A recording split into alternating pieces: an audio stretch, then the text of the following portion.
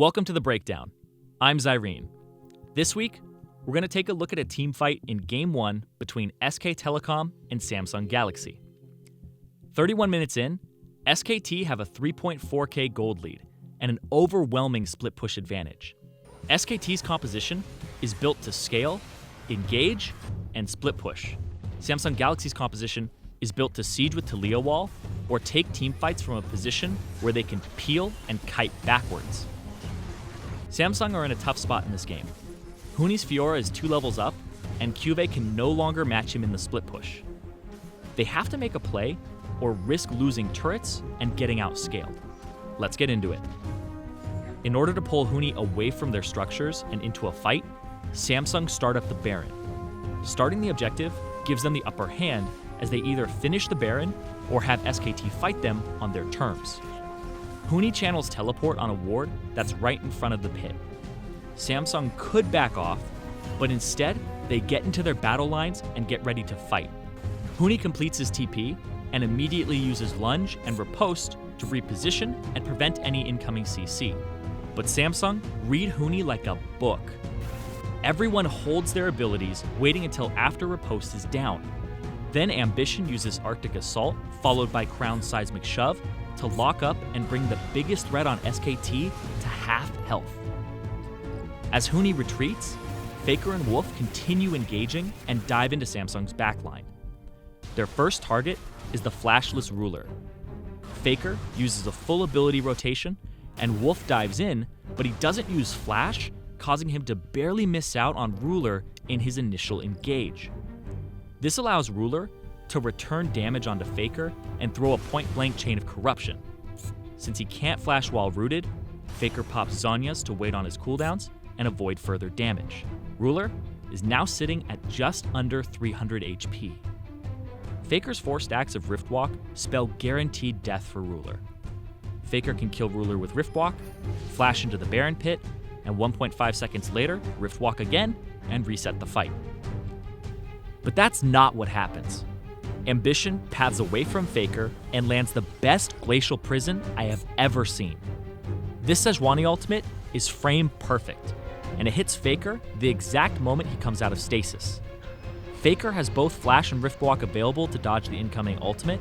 He could finish off Ruler, but Ambition prevents any reaction and shifts the entire flow of the fight.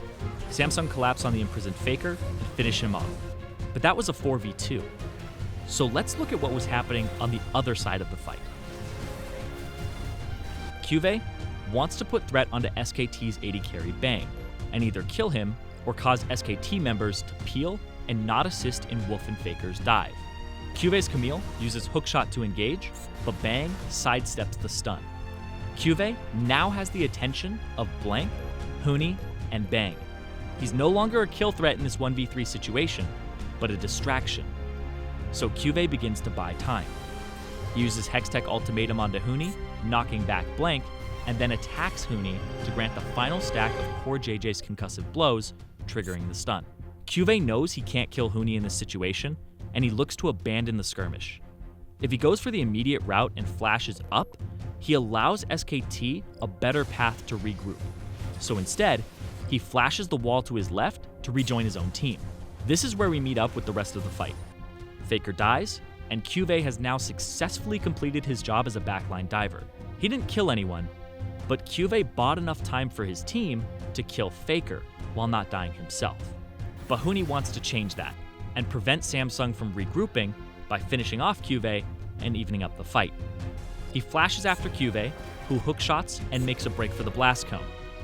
Huni lunges forward ready to deliver the final inputs, but Cuvee hits the blast cone, launching and killing Huni on the unraveled earth that Crown had placed just a moment before. Cuvee has now regrouped with his team, and both of SKT's high priority threats and split pushers are dead. In order to try and get something back, Bang walks up to throw the final spear into Cuvee, but Core JJ is going to have none of that. He hits Unbreakable and repositions himself to eat both the attack and the 2 Hurricane bolts. So when Bang presses Rend, he doesn't kill anyone. Bang is then knocked back into Samsung with a seismic shove, and Core JJ hits him with Winter's Bite. At this point, It's a potential 2v3 in favor of SKT, as Cuvée, Ambition, and Ruler are in no condition to fight with their low health bars. Seeing this, Wolf leaps in with Grand Entrance in an attempt to peel for Bang and turn the fight.